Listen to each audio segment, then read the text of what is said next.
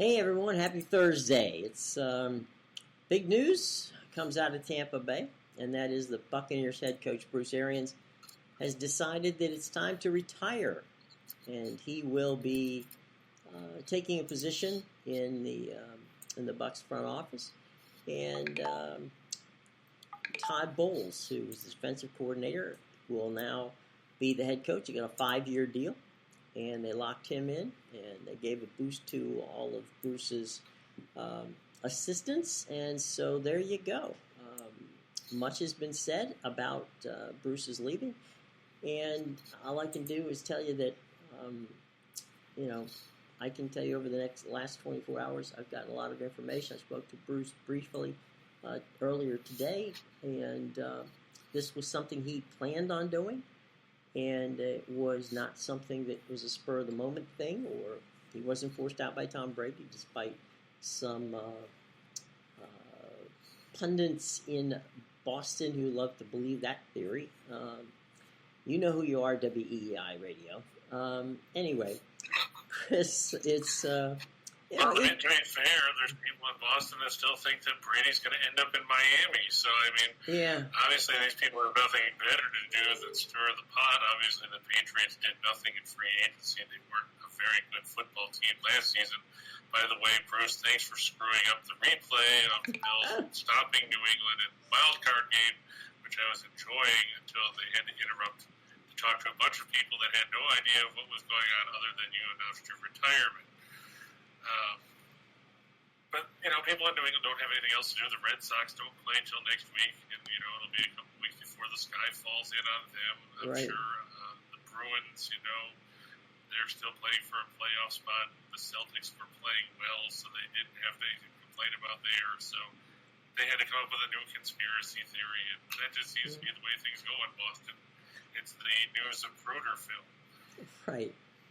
Well, like I said, Bruce is 69 years old. We talked about this in the pre-show. That puts him with Belichick. They're a month apart. Bruce will turn 70 in September. Belichick will, turn 70 in October. Pete Carroll will turn 71 sometime in the fall. I forget when exactly it is, but hello, Michael. We dropped by and said hi to Allie. I mean... I didn't. I was sleeping. No, that wise choice on your part. No, it's... It's there comes a time when you're in this business for 45 years that you decide, is it time to go? And, Todd Bowles has been with Bruce for 30-plus years. He played for him at Temple. That gives you an idea how long that the two of those guys have been together. And he genuinely wanted to give Todd an opportunity to succeed. And, when you get a guy like, Tom Brady decides to fall back into your lap and come back and play, then you're foolish not to take that advantage. And one of the things he told our buddy Ira Kaufman was he doesn't give, and I'm going to edit this, a crap about the Hall of Fame, and he doesn't give a crap about what 10 people think. This is the way he did it, and, deal with it. So that's pretty much Bruce. I mean, don't ask him a question if you don't want to answer, because he'll give you one. He also said that there wasn't a player who he ever coached from the time he started in Alabama, which is where I met him, till the time he, retired, that he didn't yell at one point in time. And he said, if you think that Tom Brady can't be yelled at, or Peyton Manning, or Bruce, Ben Roethlisberger, or any of the other, stars that he coached, then you're crazy, because they can, and they did. And so anyway, Bruce Arians, good guy. He will leave the Buccaneers. He will be entered into their Ring of Honor this fall. And the Todd Bowles era in Tampa Bay begins today. And so we'll see how that works out, but I don't think it's going to be that big of a change in the way that the Buccaneers run the show. So there you go, boys and girls.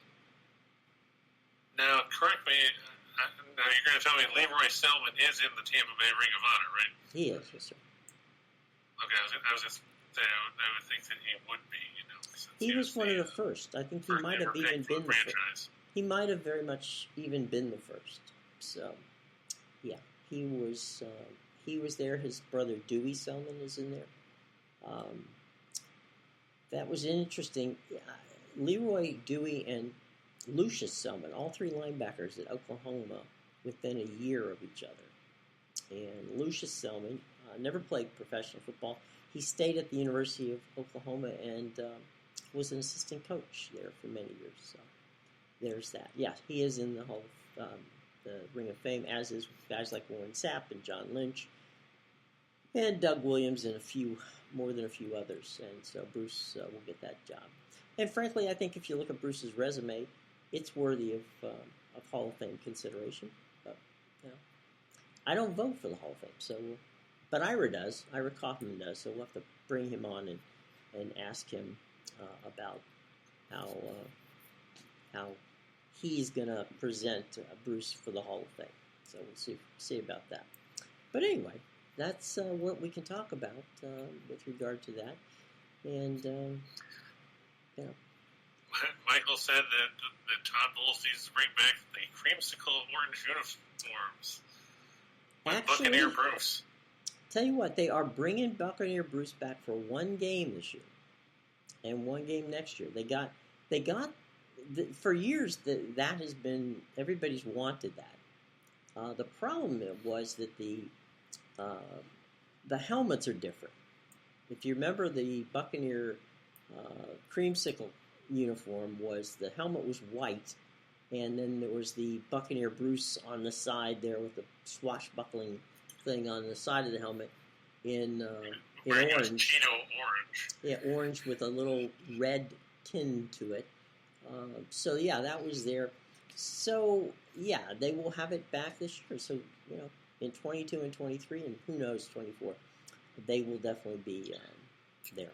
So that's cool. My favorite thing about those uniforms was back when Sam Weish coached there, and he said, I remember because I had the Super Bowl program the first year that Buffalo went to the Super Bowl against the Giants, and when they did the recaps for by week, Sam Weish said that the uniforms were that color orange, so that way they could see the tire tracks of the truck that ran them over.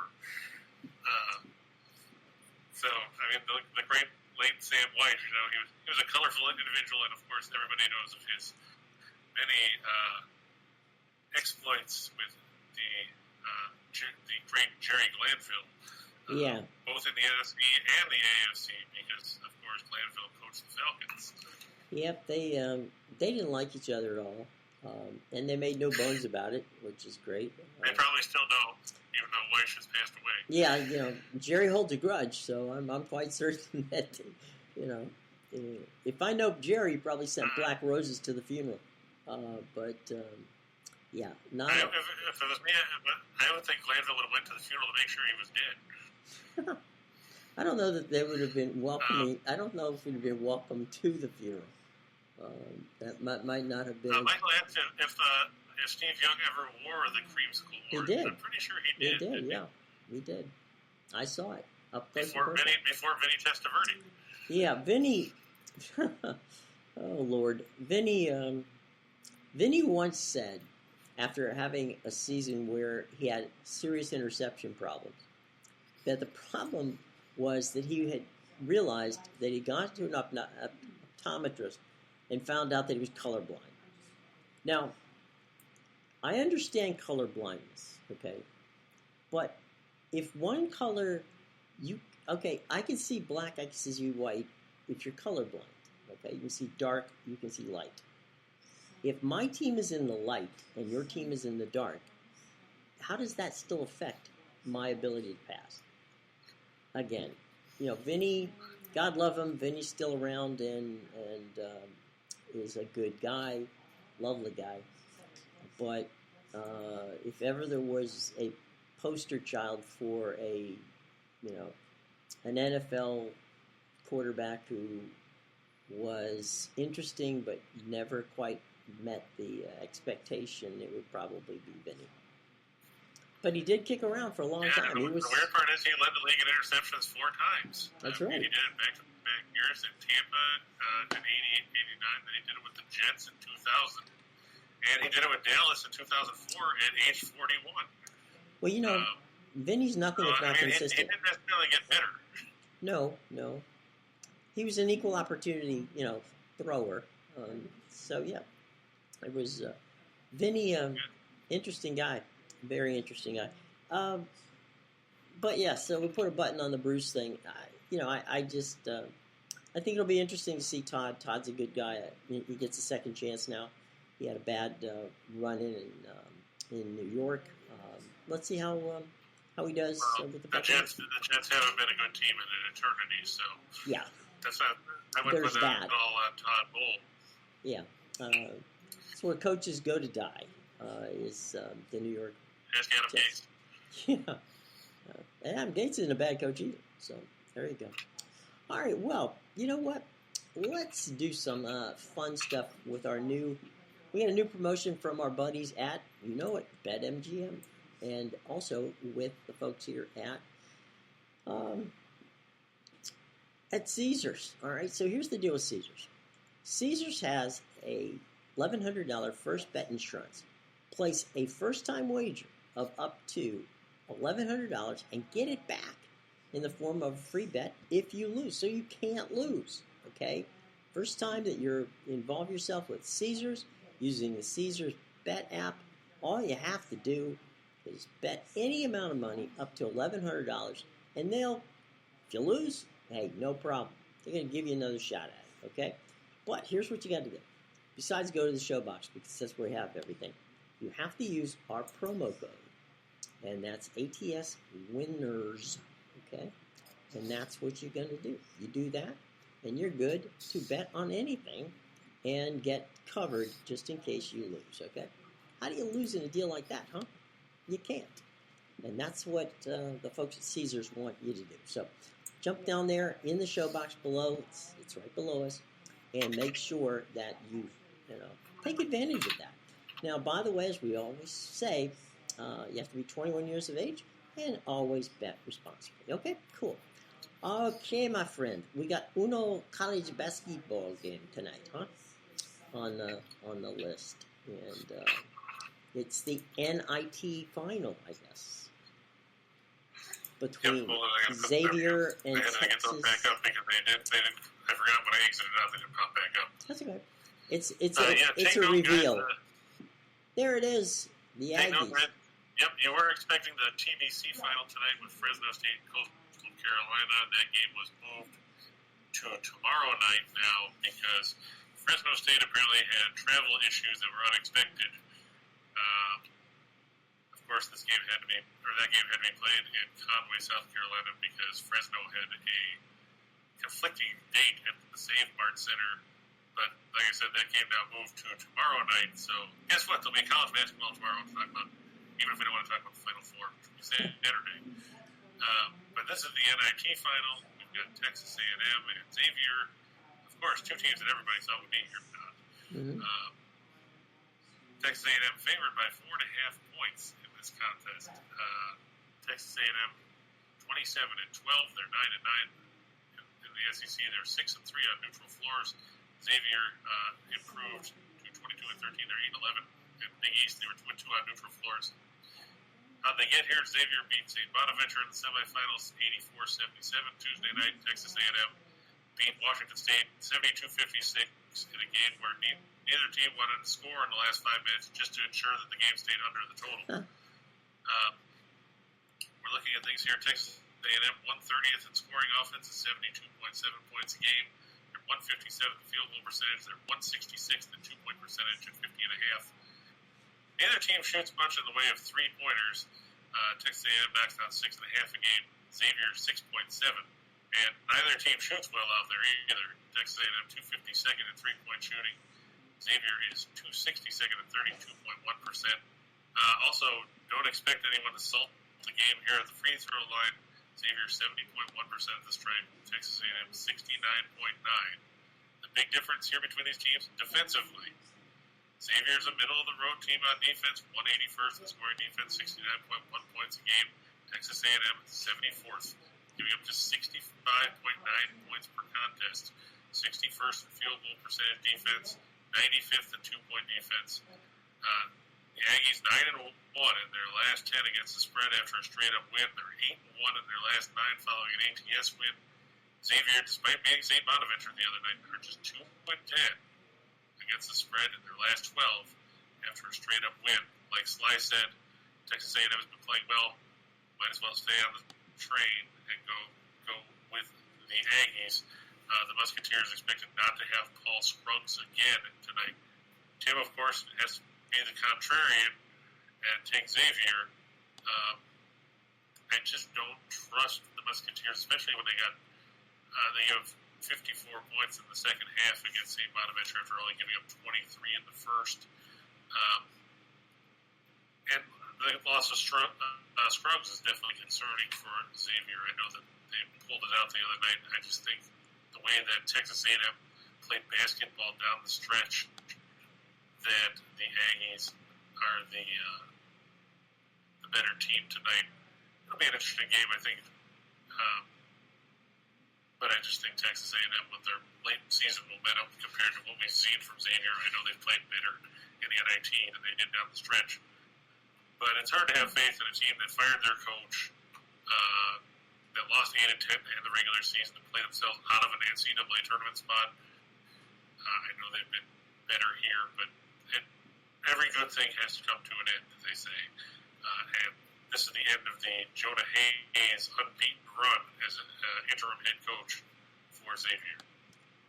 Just so you know, Michael, no, I don't think AB's coming back. I appreciate the LOL on that one, buddy. You're absolutely right on it. And the Aggies are mad they didn't get March Madness tournament. That's why they're going to win tonight, Michael. The Cadets are mad. We talked about Williams wrote that 9-page dissertation about why his team should have gotten into the field. And, they've been tearing things up since. So. That's right. Hey, fun fact about Texas A&M University. You know that they graduate more officers than the Naval Academy or the United States Army at West Point. So there you go. They were going to say, the fun fact was going to be that you had a bunch of relatives that graduated from there. Well, that's a fun fact I decided not to use this time. I'd already used that fun fact. So, not sure that it's a fun fact. It's just a fact. Whether it's fun or not, that's up to the people. Hey, is there an opportunity tonight, because there is the NBA, is there an opportunity tonight to fade the Lakers? Or is that not on the cards? Well, there is, but, that you have to get to hockey first. Oh, good point. Let's go to NHL first, because we don't want to get out of order. My bad. All right, here we go. But to answer your question, there is a chance to fade the Lakers. I don't have that one up, but I do have it down the page. Ah, there's the Lakers of the NHL. The Montreal Canadiens. And Michael said the fun fact is that the Bush Presidential Library is at Texas A&M. He's right. And our buddy Evan Weiner spoke at the Bush Presidential Library. So there you go. Not necessarily a fun fact. Now, is that the George Herbert Walker Bush? That would be, yes, the George Herbert Walker Bush one. The George W. Bush. The George W. Bush Library, I don't think exists yet. I'm not sure where it's going to be. Okay. Maybe it might be at Waco because he lives in Crawford, and Crawford's not that far from Waco. So maybe it'll be at Baylor. I don't know. We'll have to look into that. How do they pick where those things go? Honestly, it usually has Is there any rhyme or reason? Usually, it has to do with a combination of a university wanting it to be there. They don't have to be at universities. Reagan Library is not a university. A number of them aren't. But sometimes they are. And it really boils down to where if you're a president and you're from a state, usually the state has different areas where they want the library to be. So they'll it's almost like a bidding process where they'll put up the money for it. And so they just want the George Herbert Walker Bushes to be at Texas A&M, and no pun intended, they ponied up the George W. Bush. Thank you, Mike. The George W. Bush Library is at SMU in Dallas. Okay, so there you go. There's your fun. Where's the Richard Nixon Library? It's out in Simi Valley. I think you're going to tell me nobody wanted one. No, it's there. It's in Simi Valley, which is in the valley a little bit north of Los Angeles. There, for those of you wanting to know such things, didn't realize that we had such a wired group here. It's good to know. Putting my political science degree to good use this afternoon, guys. Greatly appreciate it. So yeah, the Bush, I guess so. So George Herbert Walker Bush is at A&M, and thanks, Mike, for telling us that the George W. Bush Library is at SMU. Okay, so good for there. And as we said before, we can't fade the Lakers yet, but we sure can fade the Canadians because that's what we always do. And Carolina playing? Is Carolina playing like their seventh game in a row? It just seems like every time I look up, Carolina's on the board. Well, they played Monday night against Washington. They played Tuesday against Tampa, and then they were off yesterday. So it's their third game in 4 nights. Yeah. I think it's their fourth and sixth. I think it's pretty much the same for Montreal. Montreal, I know, played Saturday. Then they played. Let's see. Then they played. Well, at least they're at home. They played Sunday. Then they played Tuesday. Carolina's at home here. The Hurricanes 44-15-8. Montreal 18-38-11. The pumpkin came, or the carrots turned into a pumpkin early for Montreal. They were the first team to be eliminated from playoff contention. They're 8-19-7 on the road.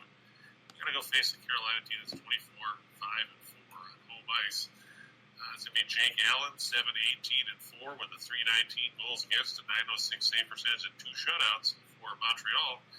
Frederick Anderson, 32-10-3 with a 205 goals against, a 927 save percentage, and 3 shutouts for Carolina. It's amazing how Anderson can play when there's not immediate spotlight on him like there's been in Toronto the last 5 years. Now that he is, down in Raleigh, it's not quite as bright of a blinding light on the hockey team down there like there is in Toronto. And, he's responded accordingly. Whether he can carry that over to the postseason will remain to be seen. But he's played well in the regular season. Tonight he gets a Montreal team that's dead last in the league in goals per game at 255. And if that wasn't bad enough, they're second worst in goals against at 376. The only team worse than them, the Detroit Red Wings, who we talked about yesterday, and who, despite a gallant effort, fell 5-4 in overtime to the Rangers. Meanwhile, Carolina is 8th in the league in goals for at 3.34 a night. They lead the league in goals against at 2.37. So that just shows you what a bad matchup this is for Montreal. You're the worst team when it comes to scoring. You're facing the team that's best at keeping the puck out of the net. You can't stop anybody, and you're facing a team that's top 10 in the league in scoring. The Hurricanes 5-1 in their last 6 games. The winning percentage below 400. They're 17-5 in their last 22 on one-day rest. Montreal 5-16 in their last 21 against Metropolitan Division teams. They're 1-9 the last 10 times they've played the fourth game of a 4-game and 6-night set. They're 2-10 in the last 12 meetings with the Hurricanes. And look at that last number, 0-7 in the last 7 meetings between these teams in Raleigh. It does not bode well if you're a fan of the Bleu, Blanc, and Rouge tonight as they make the trip down the East Coast to Tobacco Road. Dude. So you're telling me that Frederick Anderson can play better when there isn't 35 media members covering the team as opposed to 6 with the Hurricanes? Well, you have to figure there were 35 media members that were probably crammed within the space of his locker in Toronto.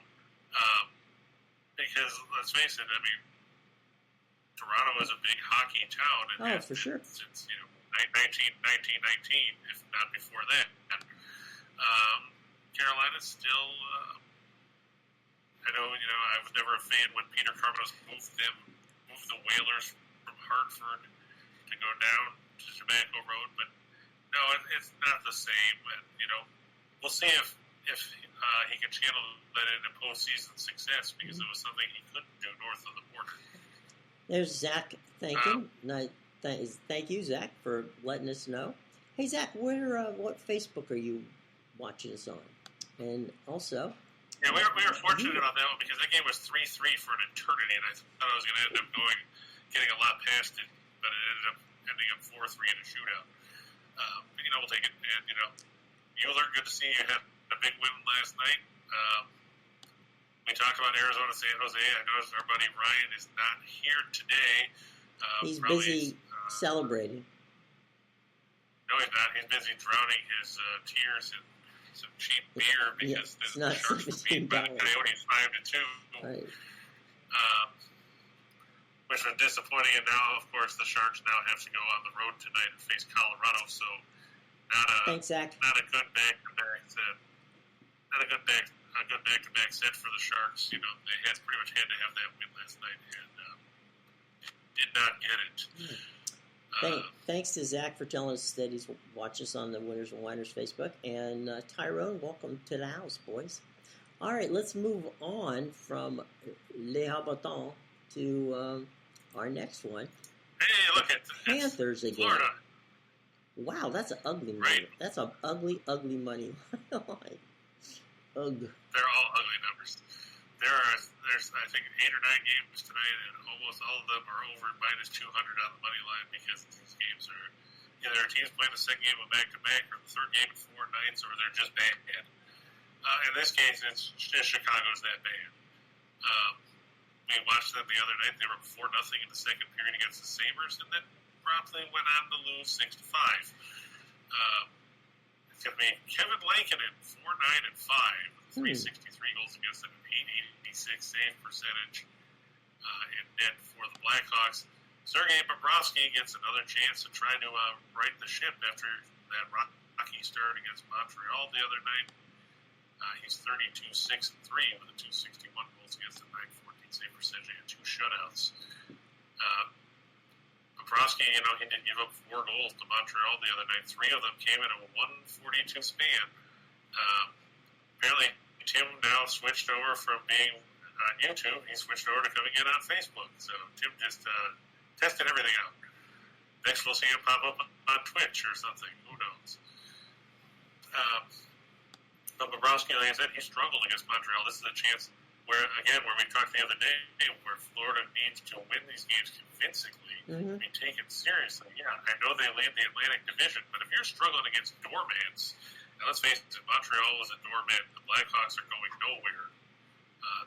They're down to backup goaltenders after trading Fleury to Minnesota. This is a team you need to blow out of the water. You can't just, scrape out a win or have to rally to win in the third period. This is a team you should be obliterating. The Blackhawks are 26th in goals for at 2.69. They're 24th in goals against at 348. The Panthers still lead the league in goals per game at 4.06. That number goes up at home. We talked about it the other day before they hung 7 on Montreal. Their home number is now up to a robust, 4.7 goals a game. So there's something in the water in Sunrise. I don't know if it's the swamps of the Everglades. But Chicago only averages 2.71 goals a game on the road, so that doesn't bode well for them either.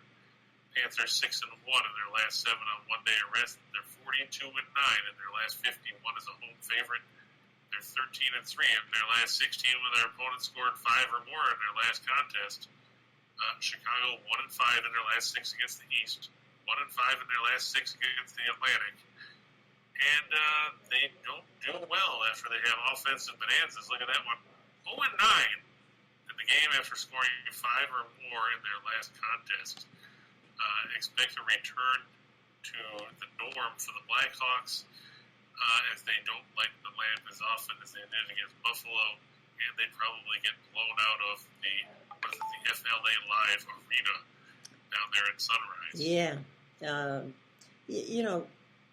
This is the time of season when if you're going to win a title or go deep into the Stanley Cup playoffs, you start getting that momentum. Remember, I mean, it's like the final couple weeks of a baseball season when the baseball team gets hot and they head into the playoffs and they start to build that momentum.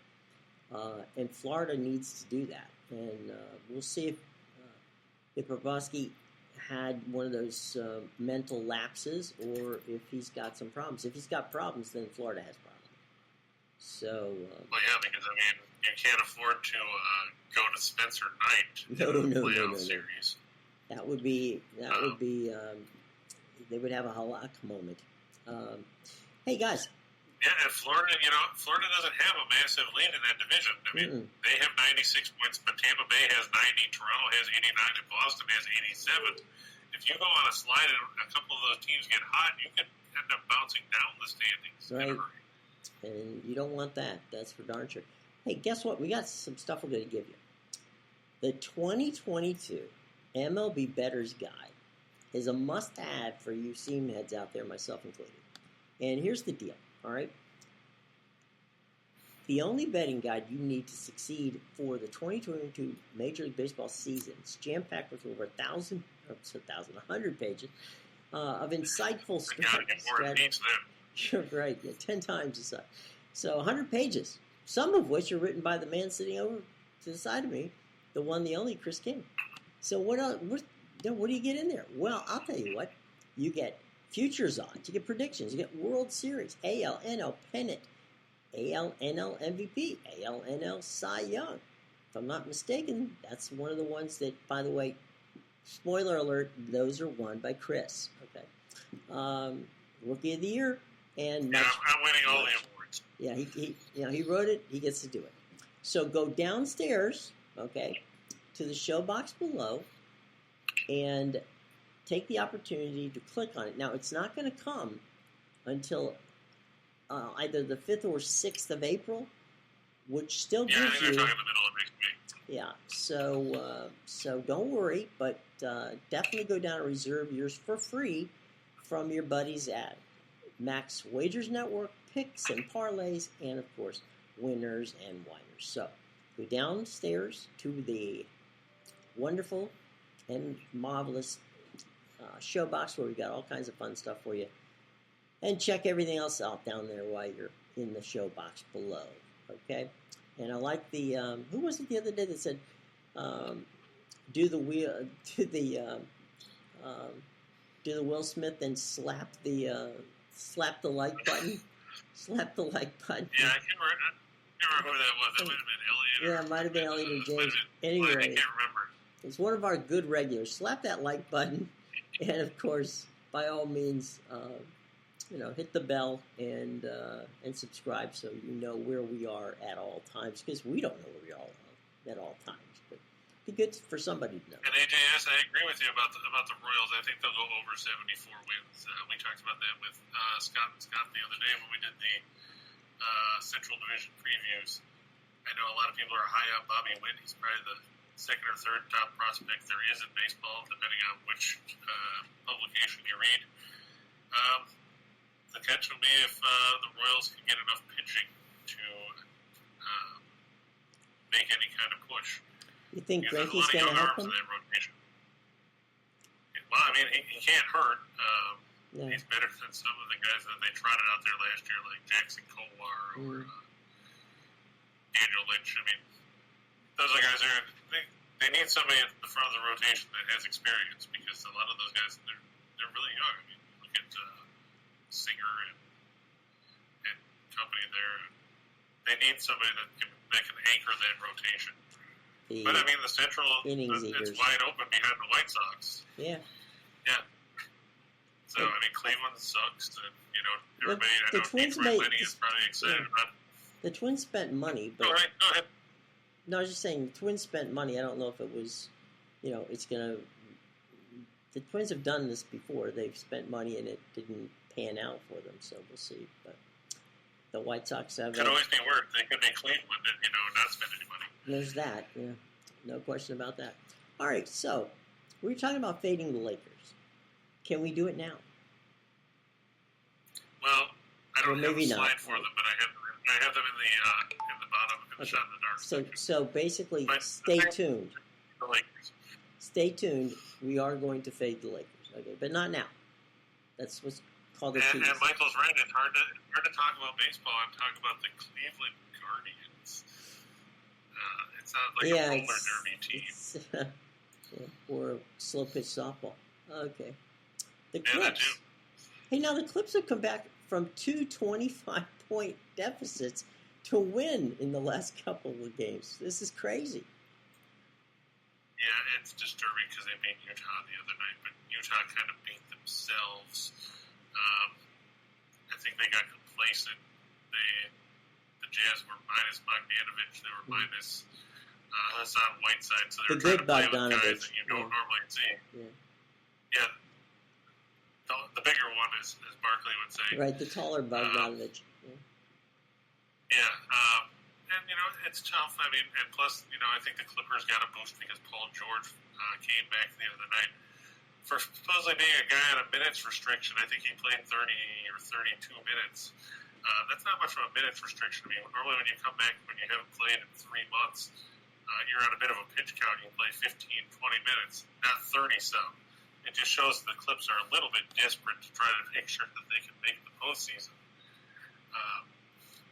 So hold me out there tonight. I just think that going on the road and facing the Bulls is a bit of a challenge. Chicago, of course, bounced back. Yeah, PG was unreal. It kind of pissed me off.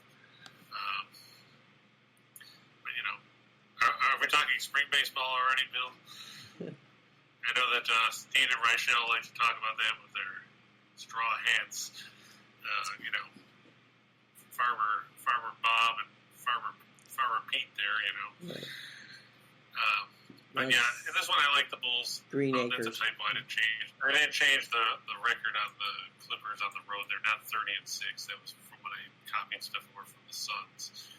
Hold on, I'll get you their actual road record. They are actually. They wish they were that. 23. Yeah, they're 16-23. So that was my fault. I apologize for that typo. The Bulls are 26-10 at home. That was not a typo. The Bulls 12th in scoring offense, 111.4 points a game, third in field goal percentage.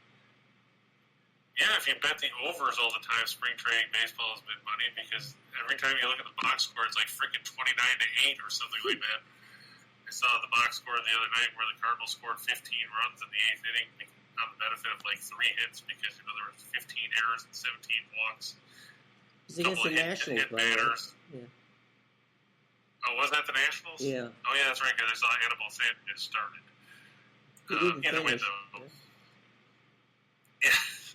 Well, they had about 7 guys pitch in the 8th inning, I think. Yeah. The Clips play good defense, but they struggle offensively. They're 26th in the league in scoring offense at 106.8. 24th in field goal percentage, 45 for their 6th in three-point shooting.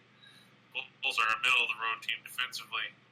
But they had to come home here, and they're 4-1 against the spread in their last 5 at home after a road trip of at least 7 days. The Bulls are 23-7 at home against the spread in their last 30 as a favorite.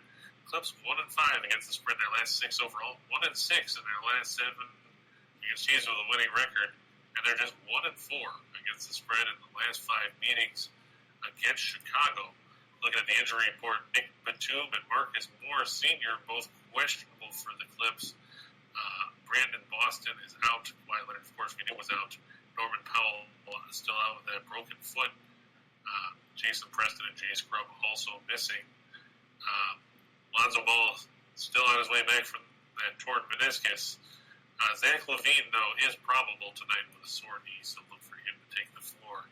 I think the combination of LaVine, DeRozan, and Vucevic will prove to be just enough for the Bulls to get the win at the United Center in this contest. Okay. That's true, Sly. If PG plays like he did the other night, the Clips can make some noise later. Unfortunately, he'll be making noise in the play-in games, and if they don't, succeed there, it'll be a quick off-season for the boys from the Crypto Dome. Yeah, it's another Captain Obvious moment, but this actually is a game that both teams have to win. And let me ask you this, Jim. If the Clippers don't make the playoffs, how hot is the scene for Tyronn Lue? I mean, he's kept this team around 500 despite the fact that, they have no players. I'm going to say that Ballmer's group, who owns the Clippers, they're not as reactionary as the Lakers, but and a lot of people think Ty Lue is a fine coach. So I think he might have a little bit longer string than the Lakers, but we'll have to wait and see. So I'm going to go with that he hangs maybe for I'm not gonna fire him yet. I think he'll be around. I think it depends, probably on how if they can make their way to the playoff game and maybe make a little noise. They're not going to win the championship, but if they can get in there and make a little noise, that'd be good. And you talked about, was it Milwaukee? Everybody other than everybody falling behind them. The Bulls, the Heat, everybody else. They just seem to be tripping over themselves, and so somebody's going to have to take control of that. And right now, it doesn't seem like anybody wants it. It's like playing hot potato. True. So there you go. So young. And yes, breaking news: Clippers executive Jim Williams saying Tyronn Lue will not be fired. Right. Yeah. Steve Ballmer. Williams speaking on behalf of the organization. Yeah. Steve will be calling me directly here soon. So all right. I was just reading. Tim is helping out young Chad there. Young Chard, I'm sorry. He thinks Xavier can win and cover. So there you go. All right. So from the Clips and the Bulls, we move on to the Nets and yet another team that is in that scrum with Miami and Chicago and everybody else. That's basically what it is. It's a scrum. You look at how the Eastern Conference has panned out. It's a giant cluster. The Heat managed to win last night in Boston in a game that I thought was going to go over the total, and they were well poised to until the fourth quarter when Boston scored 15 points and lost. So the Heat lead the Eastern Conference by one game over the Bucks. The 76ers and the Celtics are 2 back. The Bulls and the Raptors are 4.5 back. Those are the top 6 teams in the East. Cleveland's loss yesterday dropped them 2 games behind Toronto for the final guaranteed playoff spot. So if the season were to end today, you would see the Nets and the Cavaliers in the 7-8 play-in game. So whoever won that would be the 7th seed. And the Hornets and Hawks would battle in the 9-10 game for the right to then play the loser of the Cavs-Nets, with then the winner of that game getting the 8th seed. So it's going to be interesting. I see the Nets are favored by a bucket here. I know that everybody's happy that the mandate was lifted where, Kyrie Irving can play at home now. That'll help the Yankees and the Mets with all the people they might not have vaccinated on the court or on the field for those games as well. You look, the Bucks 47-28, the Nets 40-36, but they're just 17-20 at home this season. The Bucks 4th in the league in scoring offense at 114.9. They're 11th field goal percentage. They're 5th in 3-point shooting. The Nets 19th in scoring defense at 112.1. They're only outscoring opponents by 0.3 points a game because you see they're 9th in scoring offense at 112.4. They're 16th in scoring defense, or the Bucks are 16th in scoring defense. It's going to be an interesting game to see what kind of tempo we get here, because they've set the total for this game at 243 points. It's climbed as the day went on. It was 237 or 238, I think, last night. The Nets are 11th in tempo at 98.9 possessions a game. The Bucks are 7th or 8th at 99.7. Injury report shows that we're probably going to see pretty much everybody, barring some sudden change. The only injury for the Bucks is Antetokounmpo, who is probable with a sore knee. For the Nets, of course, Joe Harris has been out since January. He will play. David Duke's down in the G League. So is Day'Ron Sharpe and then Ben Simmons. So at this point, you're expected to see Durant and Irving and all those guys, and on the other side, you're going to see Antetokounmpo and Middleton and Holiday. The problem that I have with the Nets is we watch them struggle at times to get by a Detroit team that's been in the lottery since basically the end of October. The Pistons covered in that game. And I think we saw the Bucks. They were an underdog the other day against Philadelphia. They won in the city of brotherly love. I think they can win here. They're 6-1 in their last 7 one-day arrests. They're 4-1 against the spread in the last 5 against teams with a losing home record. They're 9-3 against the spread in their last 12 overall. And those last 2 lines are just horrible if you're looking at the Nets. 5-23-1 against the spread in their last 29 games at home, and 4-22 against the spread in their last 26 as a home favorite. Those are just horrible numbers. And I get the fact that Irving couldn't play in most of those, but in the 2 that he could play in, they lost outright to Charlotte, and they didn't cover against the Pistons. It's not exactly home court advantage when you talk about those kind of numbers. Yeah, that's not bad. I mean, those are Orlando-type numbers. Yeah. Speaking of Orlando, thanks to them not showing up yesterday and losing comfortably to the Wizards, I expected more from them. Yeah, well, we got the Lakeland team instead. Let's talk a little bit about our friends at Caesar Sportsbook. $1,100 bet insurance. That's right. Place a first-time wager of up to $1,100 and get it back in the form of a free bet if you lose. Okay, so there you go. You take a free one and bet anything from $10 all the way up to $1,100, and they will give you a free bet. They'll cover your first one and give you a second shot. Now you have to use the promo code, which, as we said before, is ATS Windsor. Okay. And that's all in the show box below. And remember, you have to be 21 years of age to participate. Always bet responsibly. And if you do have a gambling problem, you have a phone number right here. It's 1-800-NEXT-STEP. Okay? So we hope you don't, but if you do, we got the number for you. All right, my friend, let's move on for 2 for the money. Yeah, it's a hockey-centric one tonight. Uh-huh. If it ever comes up. And here it is. Okay. There we go. Yeah, we talked about Florida already. We talked about Florida over Chicago. This is a game Florida has to win and win more convincingly than what we saw against Montreal. You can't go 3 goals in minute 42 against a bad team if you want to be taken seriously. Colorado over San Jose. We talked about San Jose losing 5-2 last night to Arizona.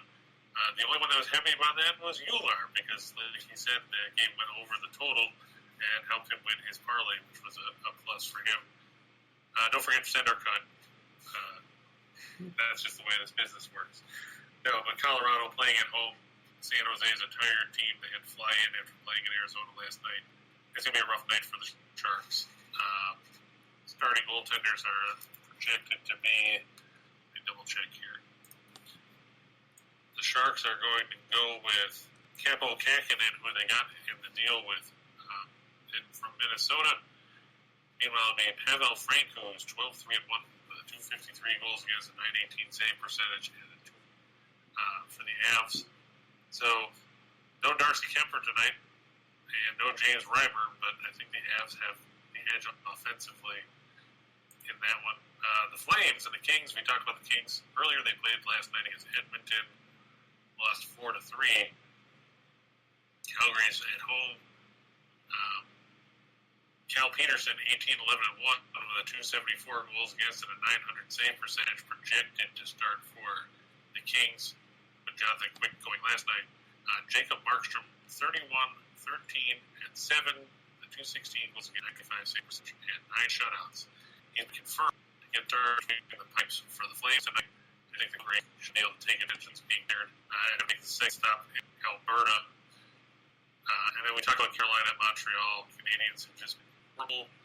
I think that the Hurricanes Hurricanes will get the upper hand in this one and cruise on to victory, especially playing at home against the Montreal team that, let's face it, isn't good. Quick question for you there, Bud. It's coming from Zach, our buddy. Anaheim Ducks are on a 10-game losing streak. Does it end tonight? They're facing the Stars twice in 3 days. Well, I mean, they lost to the Stars the other day, and I don't have a ton of faith that they're going to do anything different tonight. Like you pointed out, they've lost 10 games in a row. It's pretty much freed them right out of any kind of consideration for a playoff spot, because now they're way out of the race. And if you look at what Anaheim's done during this stretch, it started with an 8-3 loss to the Blackhawks. Then they lost 4-1 to Nashville. They lost in a shootout to New Jersey. They lost to the Islanders. Then they lost to the Rangers. Then they got blanked by Florida at home. Then they lost to Nashville at home by 3 goals. They lost to Chicago by 2 goals at home. Then they lost by 3 goals again. So, I mean, they had 4 straight losses by multiple goals before losing 3-2 the other night to Dallas. I just think that Dallas, the Stars still have something to play for at this point as they're trying to hammer down a wild card spot. I think that it's going to end up being 11 in a row. I think Ottinger will outplay Gibson, and the Stars will escape with a road victory to get to 17-16-2 as the visiting team. And the Ducks just keep falling down the Pacific Division standings. Which is not good, because they definitely are moving themselves totally out of the picture, which at one point they thought I was just going to say, it's the opposite of the Jeffersons. Instead of moving on up, they're moving on down. Yep. They're not playing with the full deck. Speaking of the full deck, after absolute moments of anticipation, I think when we move to the entire menu, we're going to get a chance to fade the Lakers. Right, but first we'll do the 4 for the show here. Oh, 4 for the show? Okay. I'm looking for the 76ers and the Pistons to go over 223.5. Now, I know what you're thinking. You're thinking Self, because that's you. Right. Why in the world did this game go over the total? Well, the 76ers have been kind of leaky defensively of late, in case anybody hadn't noticed. They gave up 118 to the Bucks the other night. Before that, they gave 114 to Phoenix, 121 to the Lakers, 106 to the Heat, 114 to Cleveland, 114 to Denver, 114 to Orlando. That's a lot of points to be given up. And let's face it, the Pistons are not a great defensive team. They gave 130 to the Nets in their last contest. But they're actually shown signs of life offensively. And the big number, when you look at this, is the fact that the 76ers have gone over the total in each of their last 4 after a straight-up loss, 5-1. The over is in their last 6 on 1 day of rest. It's also 7-2-1 in their last 10 on the road. The Pistons have seen the over go 5-0-1 in their last 6 at home against teams with a road winning percentage better than 600. And the interesting stats, the over 7-0-1 in the last 8 meetings between these teams. If that wasn't bad enough, the over is also 7-0-1 in the last 8 meetings between these teams in the Motor City. 223.5 sounds like a lot when you're talking about the Pistons, but hey, it's hard to argue those kind of numbers. Mm-hmm. And like I said, I like the Bucks +2 over the Nets. Anytime I get 2 points with the Nets or with the Bucks, the way they played basketball and the fact that they're healthy is a plus. I mean, I took them with the points against Philadelphia the other night. They won outright. I'll take them again here. The Bulls over the Clips. We talked about that. And then the Bruins over New Jersey. This is a game Boston has to win. We talked about Florida needs to win games convincingly. Boston, was hammered by Toronto the other night. I know you look at the foul score and say it was only 6-4. Yeah, but it was 6-1 in the second period. When Boston completely lost their cool and then tried to, go ballistic, led to Brad Marchand picking up another misconduct penalty. I'm sure he leads the league in that kind of stupidity. Nico Nico Dawes in net for the Devils. Linus Hallmark is expected to start for the Bruins. This is a game where Boston needs the win. They need to get back on track. They had won 7 of 8 before losing that game the night. New Jersey's going nowhere fast. We know that they're not going to the playoffs. So this is a chance for Boston to pick up 2 points that they need in the standings. They're sticking in Trenton. So Good old Trenton. Good old Trenton. There you go. All right. So there's the 4-team parlay. Now, after I've screwed the open twice, let me go one more time. This is the opportunity with the menu, shot in the dark, to fade the Lakers somewhere on this list, but not first. Yep, they're in there. Yeah. Like I said, I'm gonna stick with Texas A&M over Xavier. I know we talked about it at the top. I just think the Aggies are a motivated team, like Michael said. They're pissed off they didn't make the field for the NCAA tournament, even though there's some teams that got in. Michigan that didn't necessarily belong there. You could have just inserted any Big Ten team, really, into that spot, but Michigan stands out. I also look for that game to go over 137.5. I just think that Xavier will push Texas A&M up and down the floor a little bit more than they wanted to, kind of like they did with St. Bonaventure. Now, we talked about the Pistons and 76ers going over the number. I don't trust Philadelphia to cover double digits. The Pistons seem to cover games when they're an underdog. Don't pick them when they're favored. We took them the other day when they were favored against, or last week when they were favored against Portland. And not only did they not cover, they didn't even win the game. They lost outright. But they seem to play well when they're major underdogs at cover games. So we saw them with the Nets the other night. Look forward again here. There's the Lakers. We talked about them. Yay. I know Utah struggled the other night with the Clips, but the Lakers are a team in disarray, and that's probably being generous. Just looking at the injury report for the Jazz, Bogdanovich is questionable again with that calf strain. Daniel House is questionable. LeBron's not playing. Knee. That's true. LeBron has been ruled out with an ankle sprain, and Anthony Davis is doubtful. Now, of course, for all we know, they'll try to stick him out there. If they did, don't forget, the last time that these two teams met was when Davis got hurt right before the All-Star break. They put him out there and he hurt his foot. I think that was, 2 or 3 games after he came back from being hurt the last time. Might be better for him just to stay home and not make the trip for this game. Well, LeBron is back in L.A. having his foot looked at by, a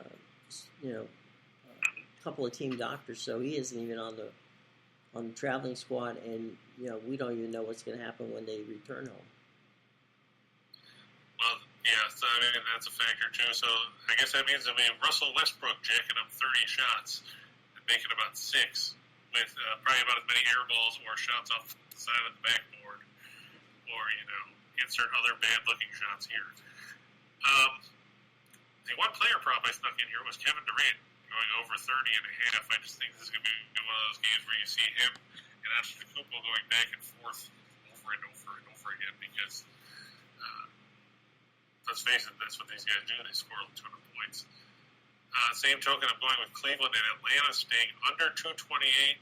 Cleveland's still a very good defensive team despite their issues offensively of late. Both teams played the second game of back-to-back. We saw Cleveland lose to Dallas yesterday. We saw Atlanta beat Oklahoma City.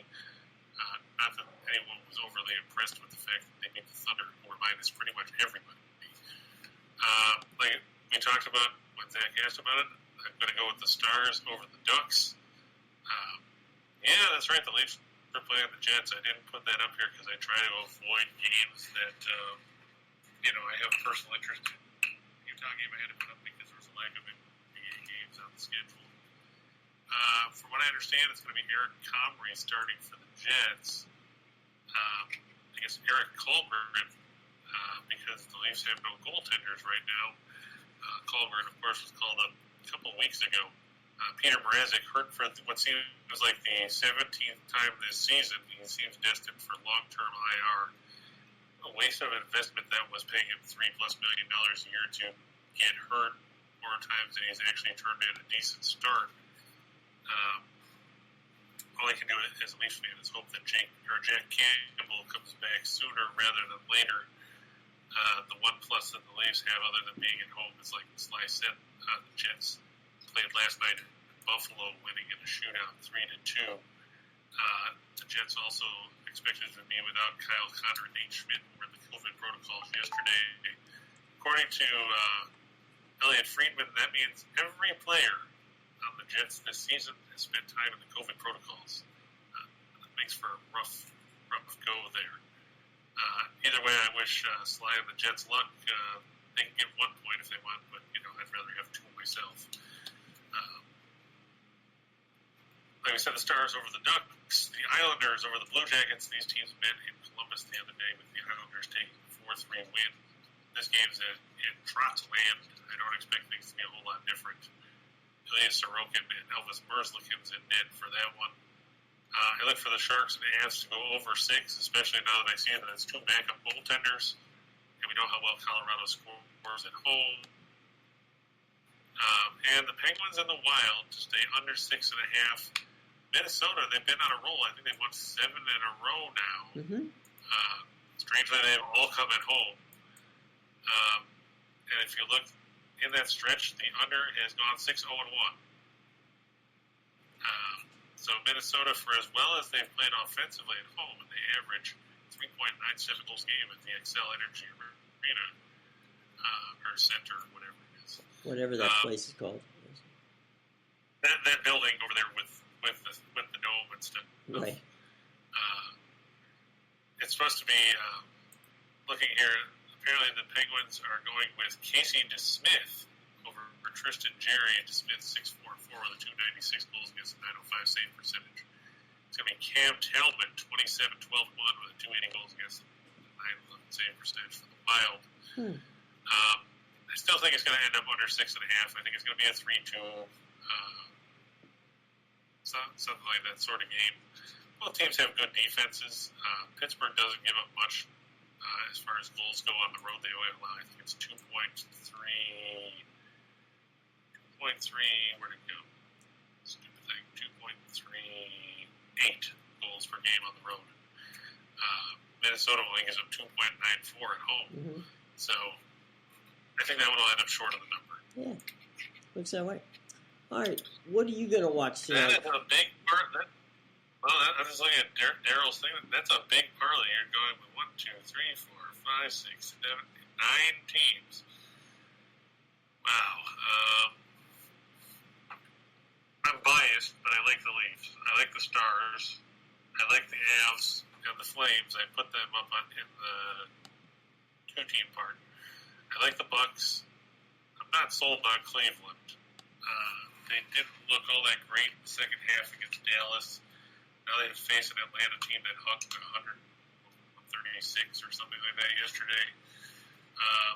And Cleveland has struggled without Mobley and without Jared Allen and all that because their size advantage is gone. The Clippers I don't like. I like Chicago there. Now, sure, George could go off for like he did the other night, but going on the road's a different ball of wax. And Texas A&M I like. Oh, Texas A&M over. Yeah, well, I went with the over anyway. So right. It's a very complex parlay you got going there, Daryl. Like I said, the ones that I'd be concerned about from a personal perspective is the Cavs and the Clips. But as the saying goes, if you are comfortable with it and you're solid with what you've got there, then go with it. You don't have to listen to me or anybody else. Mm-hmm.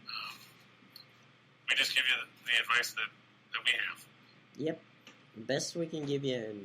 As for what am I going to watch? Well, I'll watch the Leafs and the Jets on ESPN 3 because I'll say this about ESPN 3. You notice it's a upgraded Hulu. It got Hulu with live TV and they added all that crap. It makes it a lot easier to watch hockey games down here because normally I'd be restricted to watching, whatever the national game was right. or the Hurricanes, who I don't like. So, you got kudos to them for getting all those games out there. You got options? There's more options. Mm-hmm. Yeah, I can watch band games if I want. Right. The Coyotes. Maybe my wife's grandfather was here. We watched the Sabres play in the Blue Jackets. Oh, there you go. That counts as a bad game. Yeah. All right. Well, we've had a lot of fun today. Any final questions before we get out of here? Tomorrow? No, what are you going Jim? to watch? Netflix. No, I'm just kidding. I'm not sure. I'll have to check.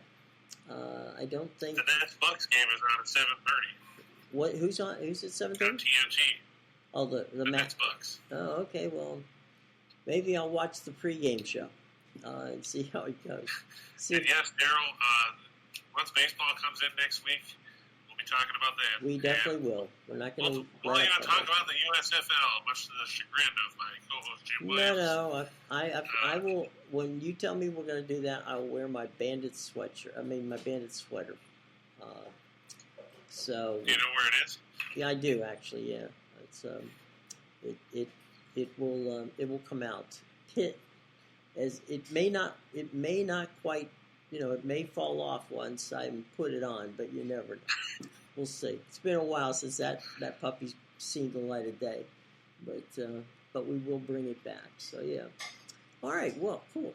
All right, everybody. Now, don't forget to watch Scott and Scott at 3:00 on Max Wagers, and then coming up after them will be. They're doing baseball today. Are they doing a baseball preview show? Maybe. There might be a baseball preview show. No. Today's the WrestleMania preview. Oh, WrestleMania preview with David, the Dominator. Yeah, apparently I got roped into that too. Oh, okay. Well, you and the gang will be there for that one. And at 5:00. I'm sure literally dozens of people will be tuning in. Right. At 5:00, it's Tim, Nick, and Lenny. Tim was here a little earlier, and they'll be there for getting you ready for the evening. So. Don't go anywhere, gang. Just hang out with us. We enjoy having some time with you. We've had our time. We're going to let it go on now to Scott and Scott. We will see you tomorrow. Have a lovely night, and hope everything goes well for you. Remember, check the show box below. All the fun stuff's down there, okay? All right, bye-bye.